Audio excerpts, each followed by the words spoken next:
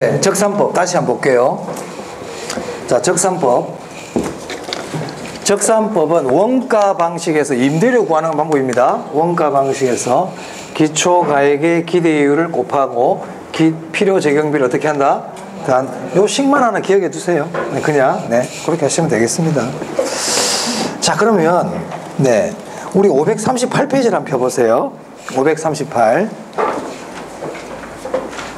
폈습니까? 네. 자, 우리 원가법 있잖아요. 원가법 보세요. 자, 원가법은 재조달 원가에다가 감가 누계액을 빼서 구한다고 그랬죠. 적산가액. 맞습니까? 그럼 재조달 원가라는 걸 어떻게 구했어요? 대상 물건하고 똑같은 거를 새로 짓는다. 맞아요? 거기서 출발하는 거 아니에요? 그러면 만약에 어떤 물건이 있는데 이 물건을 감정평가해 주세요 그랬는데 이 물건을 새로 만들 수가 없는 물건이야. 만들어낼 수가 없는 물건이에요. 그러면 원가법 쓸 수 있어요? 없어요? 원가법을 새로 만들고 나서부터 시작하는 거잖아요. 기본적으로 새로 만든다는 걸 전제로 한단 말입니다. 그러면 새로 만들어낼 수 없는 물건은 원가법을 쓸 수 있다 없다? 없어요. 그럼 우리가 만들어낼 수 없는 물건이 뭐가 있더라?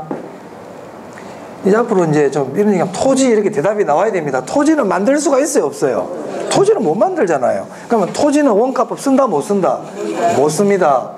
토지는 원가법 못 써요. 또 감가를 빼주잖아요. 그죠? 그러면 감가를 할 수 없는 물건도 원가법 쓸 수 있어 없어?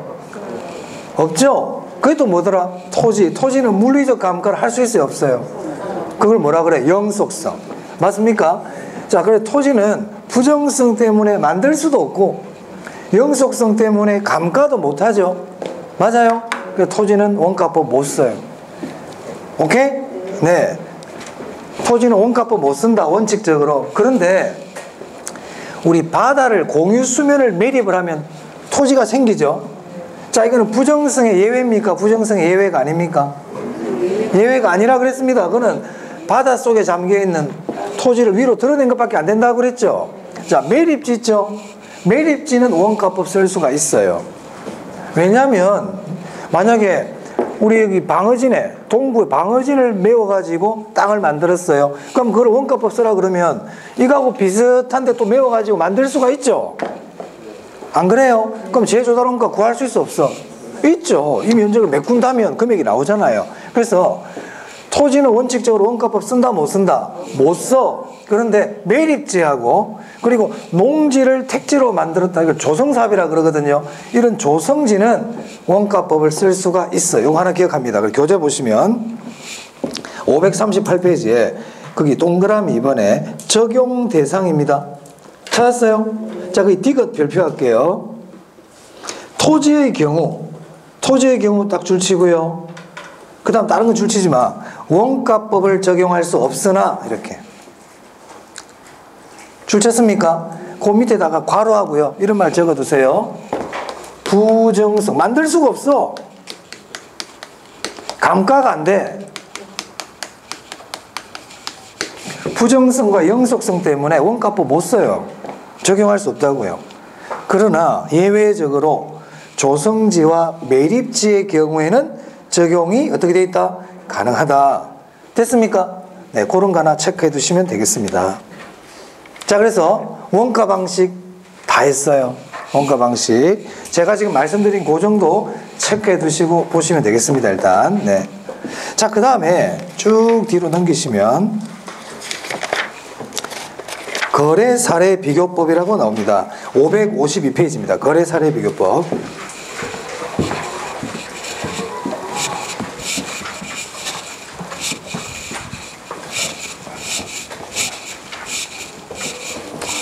요즘 어떻게 좀 공부는 잘 하고 있습니까?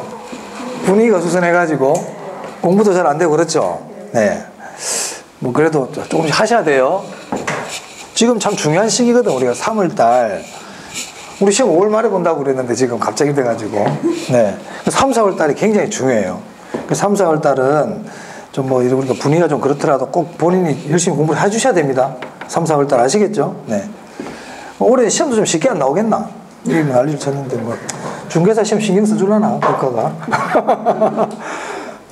신경 써줄 수도 있어요. 왜냐면 학습 효과가 있잖아. 예전에 중개사 시험 15회 때 재시험 봤잖아요. 국가시험 재시험 보는 경우 있습니까? 시험 어렵다고 땡깡 써가지고 다시 보는 경우가 어디 있어요 세상에. 그죠? 막 우리 그 애들 학력고사 봤는데 시험 어려워요 다시 봐요. 다시 봅니까? 사법시험 봤는데 사법시험 보는 학생들이 이번 시험 너무 어려워요 새로 봐주세요 하면 새로 봐줍니까? 안 해주지. 그건 끝이야. 근데 공인중개사 시험은 다시 봐줬다는 거예요. 그죠? 네. 그래서 아마 좀 쉽게 낼 수도 있다. 뭐 희망사항이지만 네. 우리 시험은 쉽게 나오는 게 좋죠. 쉽게 나오는 게 무조건 좋아. 60점은 넣으면 되니까. 그죠? 네, 그렇습니다. 뭐 등수를 끊는 시험은 쉽게 나온 데서 꼭 좋다고 얘기할 수는 없는데 우리는 60점만 넘기면 되니까 시험이 쉽게 나오면 훨씬 유리합니다. 그래서 너무 걱정하지 마시고 3, 4월 달에 좀 그렇더라도 꼭 집에서 복습을 열심히 해주셔야 돼요. 자, 거래 사례 비교법 보겠습니다. 자, 비교 방식이 있는데 비교 방식에서 가격을 구하는 방법을 뭐라 부르죠? 거래 사례 비교법. 이때 구해진 가액을 뭐라 부릅니까? 비준 가액이라고 그러죠. 비교 방식에서 임대료를 구하는 방법을 뭐라 부릅니까? 임대 사례 비교법이라고 부릅니다. 이때 구해진 임료를 뭐라 부릅니까? 비준 임료라고 그러죠. 그럼 먼저 거래 사례 비교법 보도록 하겠습니다. 거래 사례 비교법.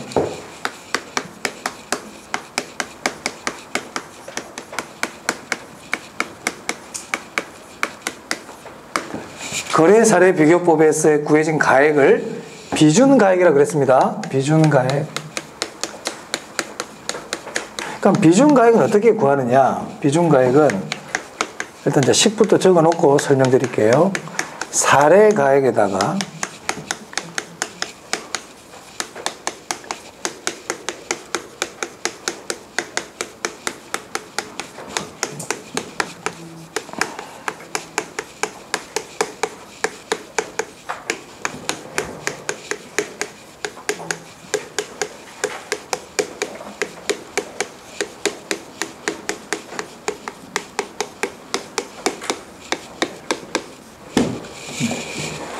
사례 가액에다가 이런 각종 수정 작업을 해서 구하는 게 비준 가액이에요.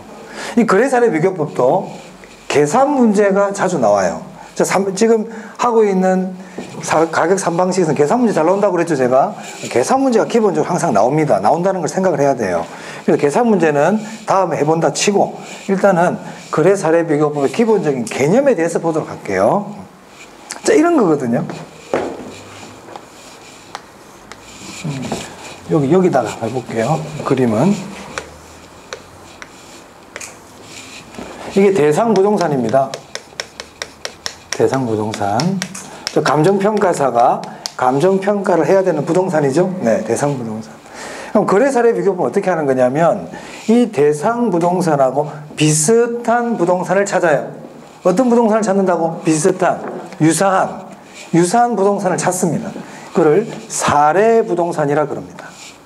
사례부동산.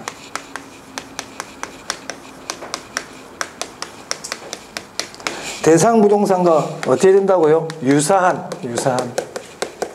대상부동산과 유사한 부동산을 찾는단 말이에요. 그러면 이 사례부동산은 가능하면 어디서 찾는 게 좋을까요?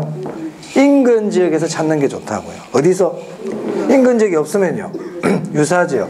유사지역 없으면 주변 용도지역. 그런 걸 전부 합쳐서 뭐라 불렀죠? 동일수거권. 이렇게 부른단 말입니다. 그죠? 네.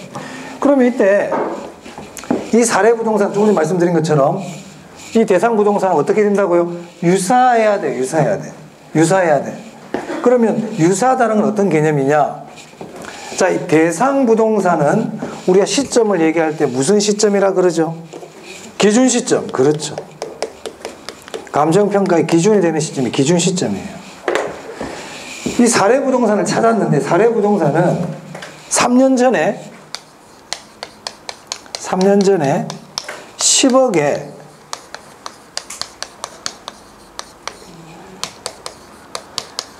형님과의 거래가 있었단 말이에요. 형님과의 거래가 있었다. 3년 전에. 그러니까 밑에 이 3년 전이라는 거는 이 거래 시점이라 그래요. 만약에 기준 시점이 2020년 3월 1일이야. 근데 3년 전이니까 2017년 3월 1일 날 거래가 있었다는 얘기죠. 그럼 이 시점을 뭐라 부른다고? 예를요, 거래 시점. 그럼 거래 시점은 무슨 부동산과 관계되는 뜻이 용어입니까? 사례 부동산. 대상 부동산하고는요, 기준 시점. 아시겠죠? 대상 부동산인데 거래 시점 이런 말 나오면 안 되겠죠? 사례 부동산에다가 기준 시점 이런 말 쓰면 안 됩니다.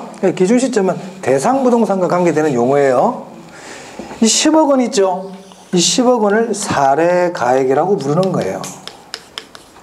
사례 가액. 거래 시점 사례 가액. 자, 그럼 첫 번째 우리 거래 사례 비교법에서 아셔야 되는 게 뭐냐? 이 사례 부동산은 그럼 어떤 걸 써야 되느냐? 어떤 거를? 아까 말씀드린 것처럼 대상 부동산과 유사해야 된단 말이에요. 유사해야 돼. 그럼 유사하다는 거는 여러 가지 관점에서 볼 수 있거든요. 여러 가지 관점에서. 우리 교재 한번 볼게요. 553페이지입니다. 거기 거래 사례 자료의 수집 기준 나옵니까? 네, 문제 한번 볼게요. 기억에 사정 보정의 가능성이라고 나와 있죠. 자, 여기 보면 누구하고의 거래입니까? 형님하고 거래예요. 그러니까 이 거래 자체에 어떤 특별한 사정이 있죠, 지금. 맞습니까? 자, 우리 부동산은 거래에 개별적인 동기나 특수한 사정이 개입되기 어렵다, 쉽다? 제가 전에 앞에 했어요. 부동산 가격 특징할 때 부동산 거래에는 특수한 사정이나 개별적인 동기가 개입되기가 쉽다, 어렵다? 쉽다. 개별성 때문에 쉽다고요. 나중에 한번 찾아보세요. 쉽다에 동그라미 쳐져 있을 거예요. 특수한 사정이나 개별적인 동기가 개입되기 쉬워요. 사정이 들어가 있잖아요. 이렇게 형님과의 거래라니까. 다 물건이 다르기 때문에 그런 사정이 개입되기 쉽다고요. 자, 그럼 첫 번째 질문. 사례 부동산은 특별한 사정이 개입된 물건에는 사례 부동산으로 쓸 수가 있느냐 없느냐예요. 결론부터 얘기하면 있다. 형님과의 거래를 사례 부동산 썼죠? 아시겠어요? 쓸 수 있어요. 근데 만약에 10억 원의 형님하고의 거래였는데 형님과의 거래라서 10% 싸게 팔았다더라. 즉 얼마 정도 싸게 팔았다더라. 이거를 개입 비율이라 그러거든요. 개입 비율. 개입 비율을 알 때만 쓸 수 있는 거예요. 알 때만. 만약에 형님과의 거래인데 형님과의 거래라서 한 10% 싸게 팔았다더라. 이런 걸 모르고 어느 정도 싸게 팔았다는 게 모르잖아요. 개입의 정도를 모르잖아. 그러면 사례로 쓸 수가 없어요. 자, 그래서 이렇게 얘기할 수 있어요. 사례 부동산은 사정 보정이 가능해야 된다. 사례 부동산은 사정 보정이 가능해야 돼. 당연하다. 사정 보정이 안 되면 사례로 쓸 수 있다, 없다? 없다. 사정 보정이 가능하다는 게 조금 전에 말씀드린 것처럼 형님과의 거래라서 한 10% 싸게 팔았다더라. 그 10%가 개입의 정도거든요. 이 개입의 정도를 알아야만 사례로 쓸 수 있어요. 그럼 만약에 특수한 사정이 개입된 부동산은 사례로 쓸 수 없다. 그럼 맞아요, 틀려요? 틀렸다. 쓸 수 있다. 개입의 정도를 안다면 쓸 수 있다. 즉 사정 보정이 가능하다면 쓸 수 있다. 무슨 말인지 알겠습니까? 자, 그래서 교재 보세요. 기억에 즉 봅니다.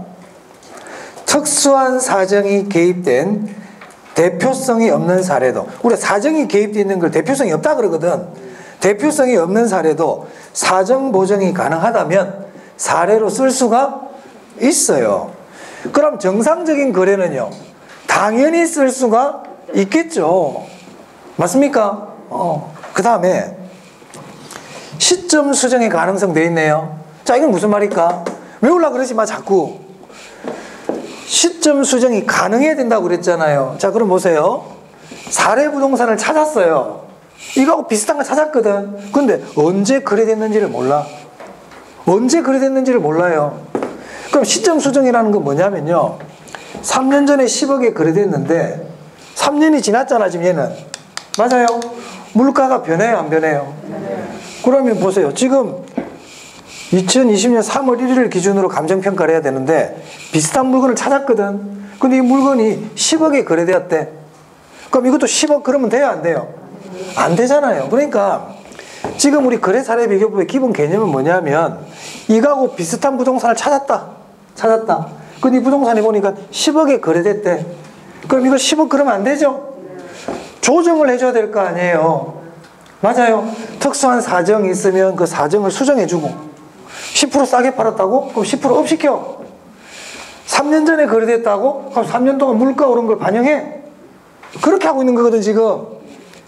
그래서 첫 번째가 이 사례 부동산은 사정 보정이 가능해야 된다 했단 말이에요. 사정 보정이 안 되면 쓸 수가 없지. 두 번째, 시점 수정이 가능해야 된다고. 시점 수정이, 즉 시점 수정이 가능하다는 얘기는 이 거래 시점을 알아야 돼요, 몰라야 돼요? 거래 시점을 모르면 시점 수정을 할 수 있어, 없어? 이게 지금 5년 전에 10억에 거래됐다는 건지 10년 전에 거래됐다는 건지 모르잖아요. 그러면 쓸 수가 있습니까, 없습니까? 그러니까 외우려고 그러지 말고 시점 수정이 가능하려면 거래 시점을 알아야 된다. 그럼 만약에 거래 시점을 모르면요, 사례로 쓸 수가 없어요. 거래 시점을 모르면 사례로 쓸 수 없어. 그게 니은의 맨 밑에 봐. 즉 보세요. 거래 시점을 알 수 없으면 사례 자료로 선택할 수 없다. 없죠. 당연히 없지. 모르는데 어떻게 해요. 자, 그리고 이 사례 부동산은 기준 시점하고 이 거래 시점은 먼 게 좋을까요? 가까운 게 좋을까요? 당연히 가까운 게 좋죠. 그런 거 우리 안 틀려. 그런 건 당연히 알아. 당연히 그런 거는 뭐 기억 안 해도 알 수 있거든요. 됐어요? 거래 시점을 모르면 사례로 쓸 수 없습니다. 그게 시점 수정의 가능성 이렇게 부르는 거예요. 그 옆에 뭐라고 적어놨어요? 시간의 유사성. 가까운 게 좋다. 유사성 동그라미. 차별성 그러면 안 됩니다. 자, 그 다음에 지역 요인의 비교 가능성이에요. 자, 이 대상 부동산은 상업지역에 있는데 그러면 이 사례 부동산도 어디에 있어야 되겠어요? 상업지역에 있어야지. 그래서 가능하면 인근지역에 일단 좋다고 그랬잖아요. 맞아요? 그걸 지역 요인의 비교 가능성이라 그래요. 별로 어려울 게 아니야. 옆에 뭐라고 적어놨어? 지역의 유사성 돼 있잖아요. 지역의 유사성. 자, 그럼 여기서 아까 우리 인근지역이 뭐더라? 인근지역이 뜻이 이제 좀 잊어먹을만 하죠. 오래됐기 때문에 대상 부동산이 속한 지역이라 그랬고, 하나 더 지역 요인을 공유하는 지역이라 그랬거든요. 자, 보세요. 자, 이 대상 부동산이 있어요.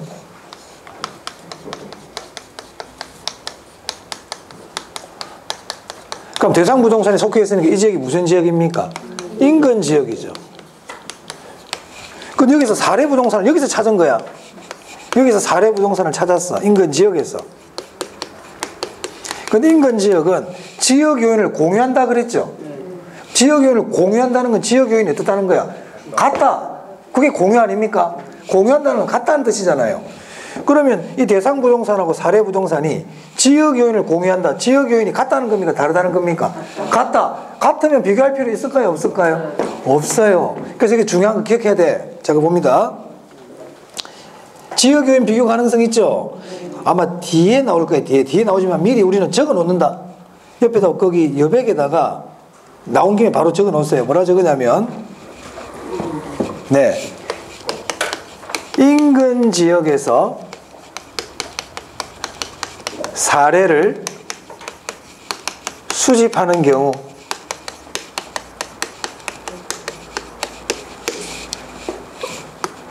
지역 요인 비교는 생략할 수 있단 말이에요.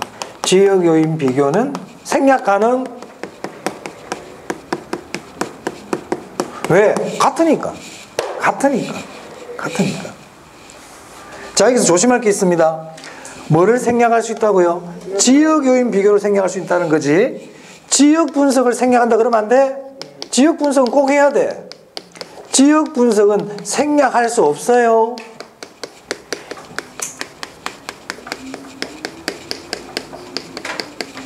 시험에 한 번씩 낸단 말입니다. 사례 부동산을 인근 지역에서 수집한 경우 지역 분석을 할 필요가 없다. X입니다. 지역 분석, 개별 분석은 반드시 해야 됩니다. 지역 분석, 개별 분석은 반드시 하는 겁니다. 반드시. 그건 생략하면 안 돼요. 지역 분석은 그 지역의 표준적 이용을 판정하고 가격 수준을 알아보고 감정평가사 그 지역에 반드시 가서 조사해야 되는 것들이에요. 지역 분석은 꼭 해야 돼. 그런데 거래 사례 비교법에 있어가지고 사례 부동산을 인근 지역에서 찾았을 때는 지역 요인 비교는 생략할 수 있다는 거예요. 됐습니까? 네, 꼭 기억하시고요. 자, 그 다음에요. 자, 이 대상 부동산은 10층 콘크리트 건물이야. 10층 철근 콘크리트 건물이고 엘리베이터가 2개 있어요. 그러면 사례 부동산도 비슷한 걸 해야지. 뭐 5층짜리 목조 건물 쓰면 안 되겠죠? 맞아요. 그거를 개별 요인의 비교가 가능해야 된다. 이렇게 얘기하는 거예요. 개별 요인의 비교가 가능해야 돼. 별로 외울 거 아닙니다. 당연한 얘기예요. 그럼 그걸 우리가 물적 유사성이라고 부른단 말이에요. 물리적으로 비슷해야 돼. 얘가 철근 콘크리트 건물이면 얘도 철근 콘크리트 건물 해라.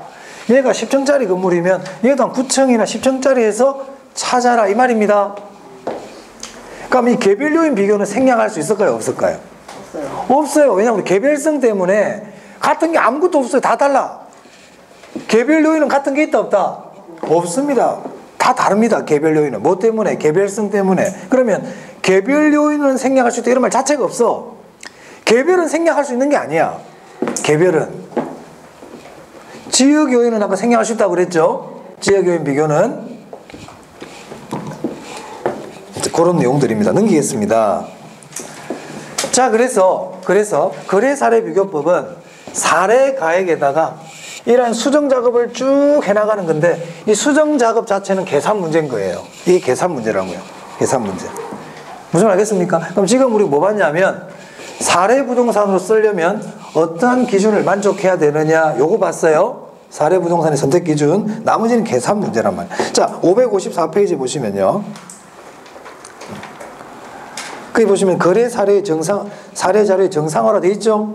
오른쪽에 보시면 이제 아까 말씀드린 그 내용들이 구체적으로 계산을 어떻게 해야 되느냐 이런 것들이에요. 이건 나중에 이제 계산 문제 할 때 볼 건데 555페이지예요. 거기 3번 한번 볼게요. 3번 지역 요인 비교 및 개별 요인 비교 찾았습니까? 네. 자, 거기 니은에 봅니다. 사례 부동산이 유사 지역에 있대요. 그럼 지역 요인도 해야 돼? 비교도 해야 돼? 안 해야 돼? 해야 되죠. 그런데 그 밑에 디귿 사례 부동산이 어디에 있다? 인근 지역에 있단 말이야.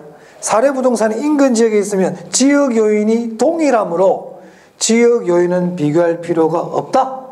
맞아요? 하지만 개별 요인은요? 비교해야 돼. 그럼 당구장 마크 보세요. 어디에서 사례를 선택했든 지역 분석, 개별 분석은 개별 요인 비교는 반드시 해야 돼요. 무슨 말 알겠죠? 어디서 했든 간에 지역 분석해야 되고요. 개별 분석도 꼭 해야 되고요. 개별 요인 비교도 꼭 해야 되는 거야. 그러니까 생략할 수 있는 경우는 인근 지역에서 사례를 찾았을 때 지역 요인 비교만 생략할 수 있다는 겁니다. 그런 거 하나 기억하시면 되겠습니다. 자, 그 다음에요. 그 다음에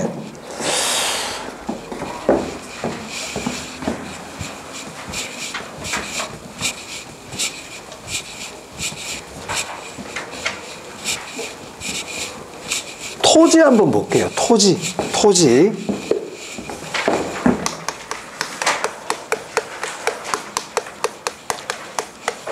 토지의 평가. 자, 우리 교재 어디로 표시냐면 왔다 갔다 해서 죄송해요. 근데 이게 순서를 이렇게 하는 게 좋아요. 우리가 공부를 할 때. 네. 531페이지 한번 봅니다. 찾았습니까? 네, 그 토지의 감정평가 있죠? 네, 요 부분 계산 문제로도 잘 나오고요. 이론으로도 충분히 나올 수 있어요. 토지의 감정평가 잘 알아놔야 돼요. 길죠? 자, 읽어볼게요. 토지의 감정평가. 감정평가업자는 토지를 감정평가할 때 무슨 법을 쓴다? 네, 공시지가 기준법 씁니다.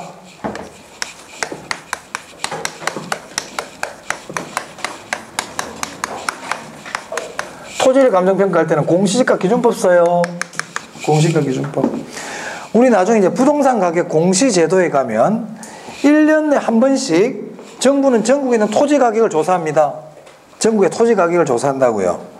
여러분 표준지란 말 들어보셨어요? 표준지라는 게 있어요. 표준지는 뭐냐면 아직 우리가 배우진 않았지만 표준지는 전국에 있는 토지 중에서 대표성이 있는, 자, 이 지역에서는 이 토지가 표준지야. 이 말은 이 토지가 다른 지역, 다른 모든 토지를 대표할 수 있는 토지란 뜻이에요. 표준지를 정해놨어요. 한 50만 필지 정도 전국적으로. 그러면 1년에 한 번씩 정부는 이 표준지 가격을 조사해요. 표준지 가격을 감정평가업자를 통해서 이거를 표준지 공시지가라 그래요. 표준지 공시지가 무슨 말겠어요? 그럼 표준지 가격이 표준지 공시지가야. 그럼 여기서 공시지가 기준법이라는 거는 앞에 표준지라는 게 생략되어 있습니다. 표준지 공시지가를 기준으로 해가지고 토지 가격을 평가해라. 이게 공시지가 기준법이에요. 그럼 예를 이런 거야. 간단하게 설명드리면 간단한 개념, 이런 개념이에요. 자, 여기 표준지가 있죠. 그럼 그 옆에 땅을 평가해달래. 그럼 표준지 가격은 정부가 조사를 해놨죠. 맞아요. 그럼 이것도 야 표준지가 지금 제곱미터당 1제곱미터당 10,000원이래. 근데 옆에 토지는 보니까 이 표준지보다 아까 이것처럼 수정 작업을 할 수 있잖아요. 지역 요인도 비교할 수 있고 개별 요인도 비교할 수 있고 물가가 조정도 해야 되고 이렇게 조정을 해가지고 이 개별 토지 가격이 얼마다 이렇게 정해주는 게 공시가 기준법이에요. 표준지를 기준으로 해가지고 조금 전에 우리 거래사례 비교법 한 것처럼 아까 우리 거래사례 비교법은 대상 부동산하고 비슷한 부동산을 찾았죠. 자, 보세요. 이 토지를 감정평가 해달래요. 이 토지를 감정평가 해달래. 그럼 이게 대상 부동산이죠. 그럼 아까 거래사례 비교법은 어떻게 했죠? 이거하고 비슷한 부동산 중에서 예전에 거래가 있었던 걸 찾는다 그랬잖아요. 거래가 있는 걸 찾았죠. 아까 우리 거래사례 비교법은 거래가 있었던 부동산하고 대상 부동산하고 비교해서 조정을 해라. 이게 거래사례 비교법의 말 그대로 거래가 있었던 사례를 찾아서 비교를 해라. 그게 거래사례 비교법이야. 그럼 만약에 토지를 감정평가할 때 거래사례 비교법을 쓰라. 그 말은 어떻게 하라는 거야? 이거하고 비슷한 토지 중에서 거래가 있었던 걸 찾아라. 그게 거래사례 비교법이죠. 맞아요. 근데 공시가 기준법은 그렇게 하는 게 아니라고요. 그럼 이거하고 비슷한 뭐를 찾아라고? 표준지를 찾아라는 거야. 이하고 비슷한 뭘 찾아라? 표준지를 찾아라. 표준지를 찾아라. 거래가 있었던 거다, 거래가 없었던 거다. 관계없어. 거래가 꼭 있어야 될 필요 없다고. 그냥 표준지를 찾는 거야. 표준지. 그러면 아까 우리 거래사례 비교법은 이 대상 부동산이 있었고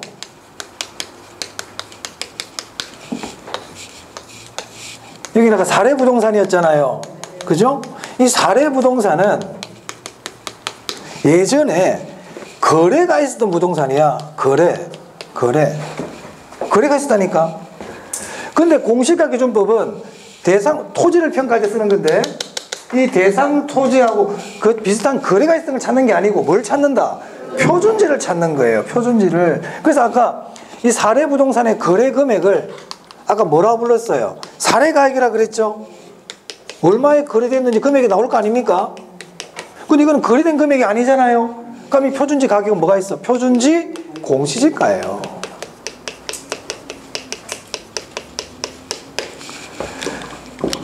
거래사례 비교법은 거래 금액을 수정해가지고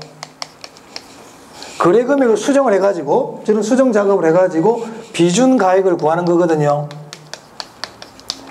그런데 공시가 기준법은 표준지 공시지가를 수정해가지고 개별 토지의 가격을 구하는 거예요.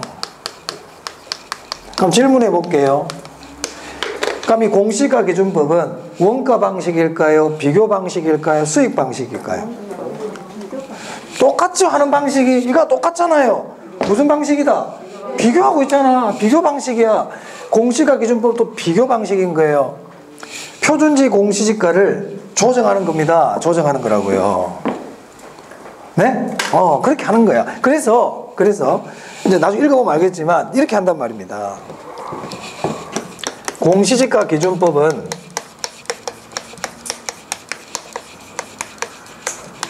표준지 공시지가에다가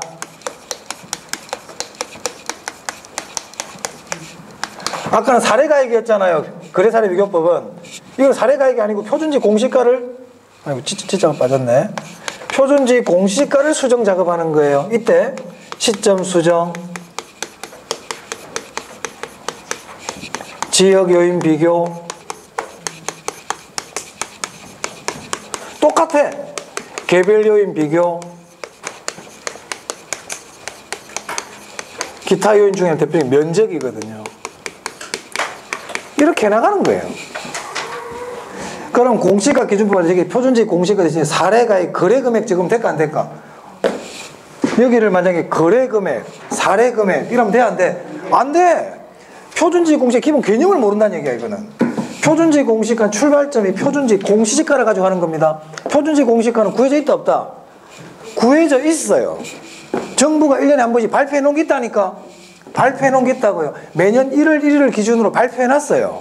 매년 1월 1일 기준으로 발표가 돼 있다고.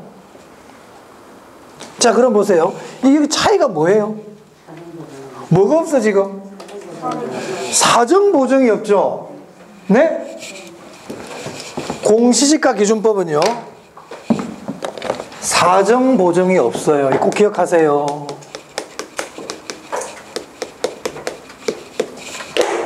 사정 보정이 없어요. 사정 보정이 왜 없을까요?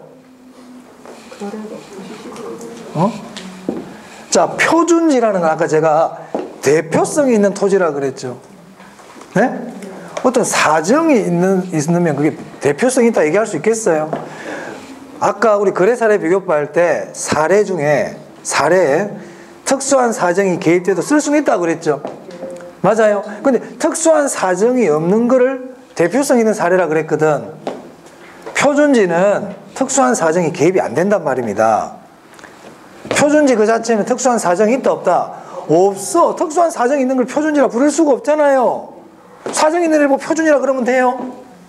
안 되지. 안 되지. 그러면 표준지 공시가는 사례 자체가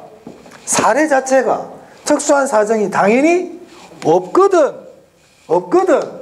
그래서 사정 보정할 이유가 없습니다. 그래서 표준지를 사례로 쓸 때는 사정 보정할 필요가 없어요. 할 일이 없어요. 표준인데 걔가 죄를 기준으로 사례로 썼는데 무슨 말 알겠습니까? 사정 보정 없다. 자, 그 다음 거래사례비교법은 이 순서대로 꼭 안 해도 돼요. 순서가 의미가 없어요. 그런데 공시지가 기준법은 이 순서대로 해야 돼요. 순서? 자, 나 읽어드릴 거예요. 순서대로 해야 돼요. 순서대로. 그럼 어떤 순서? 시점 수정, 지역 요인 비교, 개별 요인 비교. 이 순서대로 해야 돼. 사정 보정이 있다 없다? 없다. 자, 그 다음 시점 수정이라는 건 아까 뭐던가요? 물가 조정하는 거라 그랬죠. 시점 수정 물가를 조정하는 거예요. 그럼 우리가 물가를 조정한다는 거는 여러 가지 비율들이 있거든요. 뭐 이자율로 할 건지 물가 상승률로 할 건지 여러 가지 조정할 수 있는 비율들이 있단 말입니다. 무슨 말 알겠어요? 지가 변동률을 쓴단 말이에요. 나중에 읽어드릴 거예요 제가. 그러니까 시점 수정할 때는 뭐 어떤 걸 써라 이런 걸 시험에 잘 내죠. 어떤 걸 써라. 자, 정리합니다. 제가 나중에 읽어드릴 거예요. 공시지가 기준법 일단 비교 방식이다. 무슨 방식이다? 비교 방식이다. 비교 방식인데 거래사례 비교법하고는 약간의 차이가 있다. 그죠? 만약에 공시지가 기준법하고 거래사례 비교법이 똑같다면 공시지가 기준법이란 걸 그냥 거래사례 비교법 그러면 될 거 아니에요. 맞아요? 차이가 있다. 어떤 차이가 있느냐? 사례부터 다르다. 거래사례 비교법은 대상 부동산하고 비슷한 부동산 중에 과거에 거래가 있었던 것을 사례로 쓴다. 이건 거래사례 비교법이야. 그런데 공시지가 기준법은 거래가 있었던 걸 찾는 게 아니고 뭐를 사례로 쓴다? 표준지를 사례로 쓴다. 그래서 출발점이 표준지 공시지가를 가지고 조정하는 거예요. 그러면 이 표준지도 가능하면 어디서 찾는 게 좋을까요? 대상 부동산과 인근 지역에 찾는 게 좋지? 그럼 인근 지역에 표준지가 없으면요, 유사 지역에서 찾으면 되죠. 똑같아. 그거는 사례가 다르다는 거야. 사례가, 거래사례비교법은 사례가 거래가 있었던 거. 표준지 공시가는 사례를 뭐로 쓴다? 표준지를 쓴다. 기본 개념을 항상 잘 알아놔야 돼. 그래서 표준지는 특수한 사정이 개입될 이유가 없기 때문에 사정 보정이 없다. 그리고 순서가 중요하다. 자, 이제 보겠습니다. 자, 거기 2번부터 볼게요. 감정평가업자는 공시지가 기준법에 따라 토지를 감정평가할 때 다음 각고의 순서에 따라야 한다. 줄칩니다. 순서에 따라야 한다. 순서대로 해야 돼. 거래사례비교법은 이런 말 없어. 순서에 따라야 한다. 따라야 한다. 자, 먼저 어떤 순서냐. 1번 비교 표준지를 정해야지. 일단 표준지를 선정해야 되겠죠. 이 표준지는 어디서 찾는다? 인근 지역에서. 자, 그래서 읽어보겠습니다. 인근 지역에 있는 표준지 중에서 대상 토지와 비슷한 걸 찾아라. 이런 얘기예요. 인근 지역. 그런데 다만 인근 지역에 표준지가 없으면 인근 지역과 유사한 지역적 특성을 갖는, 이게 유사 지역 아닙니까? 맞아요. 동일 수거권 안에 유사 지역에 있는 표준지를 선정할 수 있다. 인근 지역에서 먼저 찾아라. 거기 없으면 어디서 찾는다? 유사 지역에서. 자, 그 다음 시점 수정입니다. 그 다음 순서가 뭐라고요? 시점 수정이에요. 시점 수정은 물가 조정하는 거거든요. 둘째 줄에 보세요. 지가 변동률을 적용한다. 지가 변동률 줄칩니다. 지가 변동률을 써야 돼. 지가 변동률을. 지가 변동률이 뭔지를 몰라도 돼. 지가 변동률을 적용한다. 그런데 다만 다음 항목의 경우에는 그러하지 아니하다 그렇게 돼 있는데, 뭐 그 밑에 거는 신경 안 써도 돼요. 가는 신경 안 써도 돼요. 나 보세요. 나번 지가 변동률을 적용하는 것이 불가능하거나 적절하지 않대. 그때는 뭘 쓰느냐? 줄칩니다. 생산자 물가 상승률 씁니다. 뭘 쓴다고? 밑에다 소비자 물가 상승률 그러면 안 돼요. 소비자 물가 상승률 그러면 안 돼요. 제가 예전에 소비자로 나올 수 있다 그랬는데 나왔었어요. 그때. 토지는요, 예전에 몇 년 전에는 거래사례비교법 쓰라고 돼 있었거든요. 근데 이게 공시가 기준법으로 바뀐 지 몇 년 안 돼요. 그래서 그때도 시험에 자주 나오고 있거든요. 그래서 생산자 물가지수를 소비자 물가지수로 바꿔서 낸 적이 있고요. 순서도 물어본 적이 있어요. 그리고 계산 문제도 나온 적이 있고, 이제 자꾸 나오고 있다고 지금. 자, 시점 수정할 때 뭘 먼저 적용한다? 지가 변동률. 뭘 먼저 적용한다고? 토지니까 지가 변동률. 토지니까 지가 변동률을 먼저 써요. 토지니까 뭐부터 쓴다? 지가 변동률. 토지니까 지가부터 쓴다. 지가 변동률. 근데 지가 변동률을 쓰기가 여의치가 않아. 쓰기가 불가능해. 적절하지 않아. 그럼 뭘 쓴다고? 생산자. 생산자 물가 상승률을 씁니다. 생산자. 자, 그 다음에 이제 지역요인 비교, 개별요인 비교. 그게 똑같아요. 그럼 이 지역요인 비교도 인근 지역에서 표준지를 구했죠. 그럼 인근 지역에서 표준지를 구했으면 지역요인 비교할 필요가 있을까 없을까? 없어요. 이건 똑같아요. 인근 지역에서 표준지를 구했다 그러면 지역요인 비교할 필요가 없습니다. 자, 그 다음 동그라미 3번 보이세요? 네, 그거 하나 체크 안 해두세요. 자, 한번 읽어볼게요. 감정평가업자는 적정한 실거래가를 기준으로 토지를 감정평가할 때는, 자 보세요. 이제 뭐를 기준으로 한다고요? 실거래가를 기준으로 한대. 이게 뭐야? 이거는 예전에 거래가 있었던 걸 가지고 사례로 쓰겠다는 얘기잖아요. 맞아요? 그러니까 뒤에 무슨 법을 썼나 돼 있어? 거래사례비교법을 써야지. 적용할 수 있다야, 적용하여야 한다야. 당연히 하여야 한다지. 사례를 뭐로 썼으니까? 거래가 있었던 걸 썼으니까 당연히 거래사례비교법 써야지. 거래가 있었던 토지를 사례로 썼는데 표준지 공시가를 쓸 수가 없잖아요. 안 그렇습니까? 거래가 있었던 걸 가지고 기준으로 썼는데 공시지가 기준법 자체라는 게 말이 앞뒤가 안 맞잖아. 기억해 두세요. 자, 그래서 토지는 원칙적으로는 공시가기준법 써야 돼. 근데 감정평가업자가 보니까 이 토지를 평가하는 데 있어 가지고는 공시가기준법은 별로 적절하지가 않다. 감정평가업자 판단하는 거란 말입니다. 그래서 이 토지는 실제로 거래가 있었던 걸 기준으로 한번 이 토지를 평가해 봐야 되겠다. 그럼 그때 뭘 써야 된다고? 거래사례비교법 써야 돼. 그럼 거래사례비교법 쓰겠다는 얘기는 사정보정도 이제 하겠다는 얘기죠. 맞아요? 그런 뜻입니다. 정리됐습니까? 네, 잘 알아두시기 바랍니다. 이론부터 잘 알아두시라고. 네.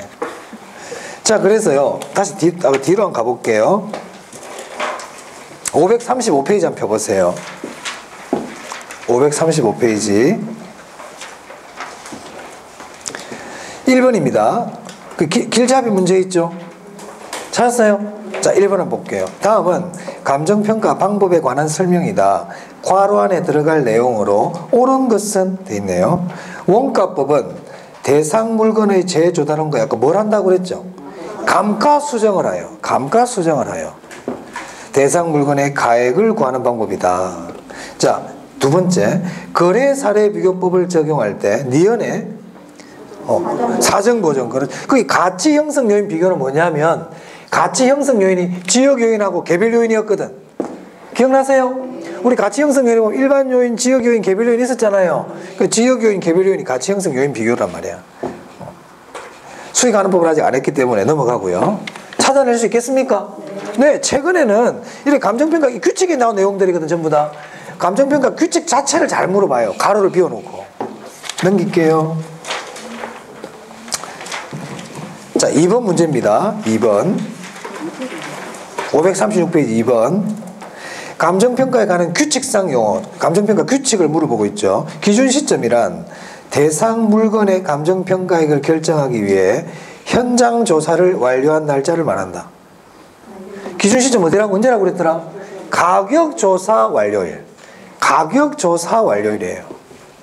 시험에 자주 물어본다 그랬어요. 틀렸죠? 그래서 자, 이번에 유사지역이란 대상 부동산이 속한 지역으로서 벌써 틀렸죠?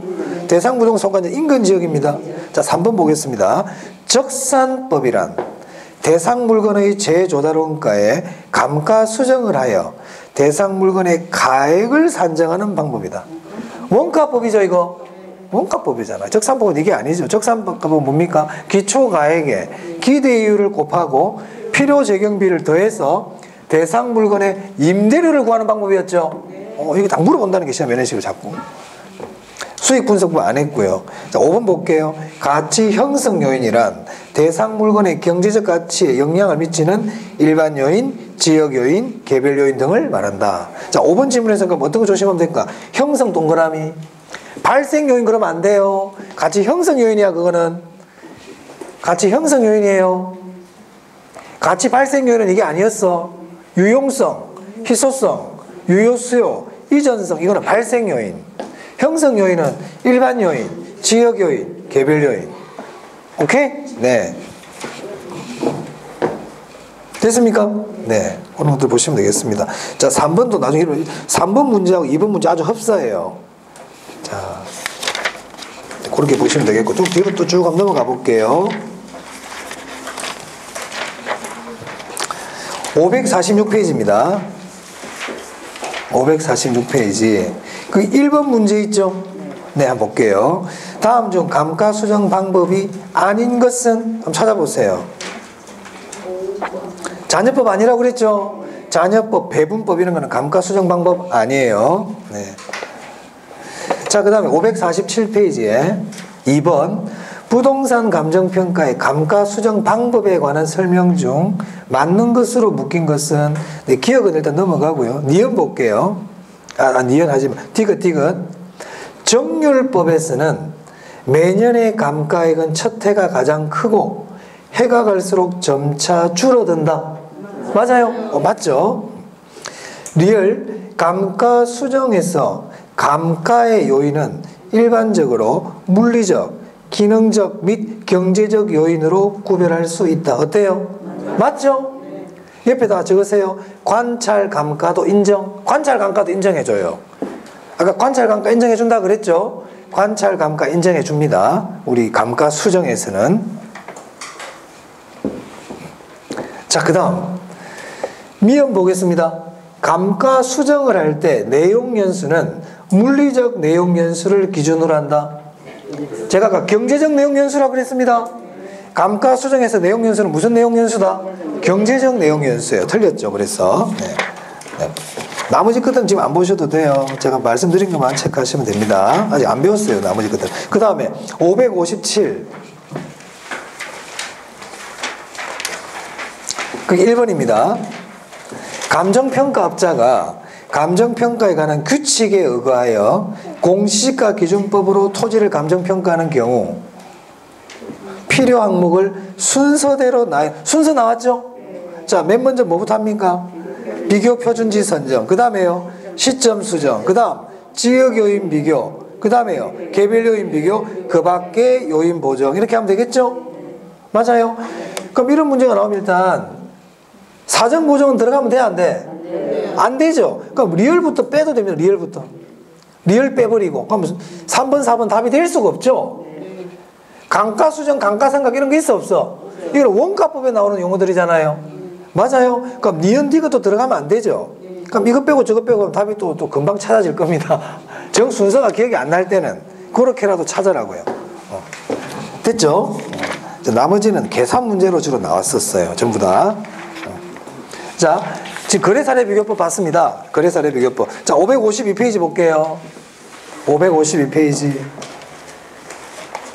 그래서 지금 거래사례 비교법 봤고, 공시가 기준법 봤고, 지금까지 봤던 거 좀 문제 몇 개 봤어요. 자, 거래사례 비교법 552페이지.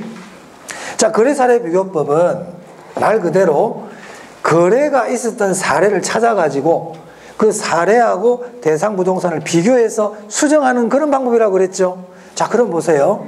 이 거래사례 비교법은 시장에서 거래가 없는 물건 있잖아요.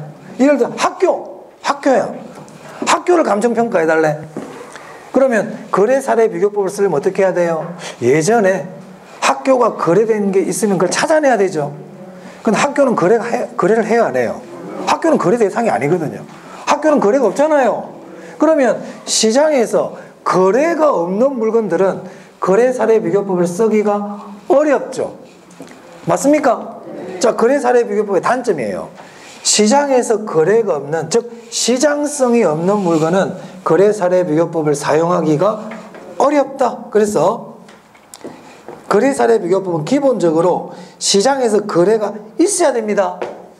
그럼 학교라든지 거래가 잘 없는 부동산 뭐가 있을까요? 학교, 관공서, 교회, 사찰 이런 거 있잖아요. 그런 거는 거래사례 비교법을 쓰기가 어려워요. 그럼 뭘 써야 될까요?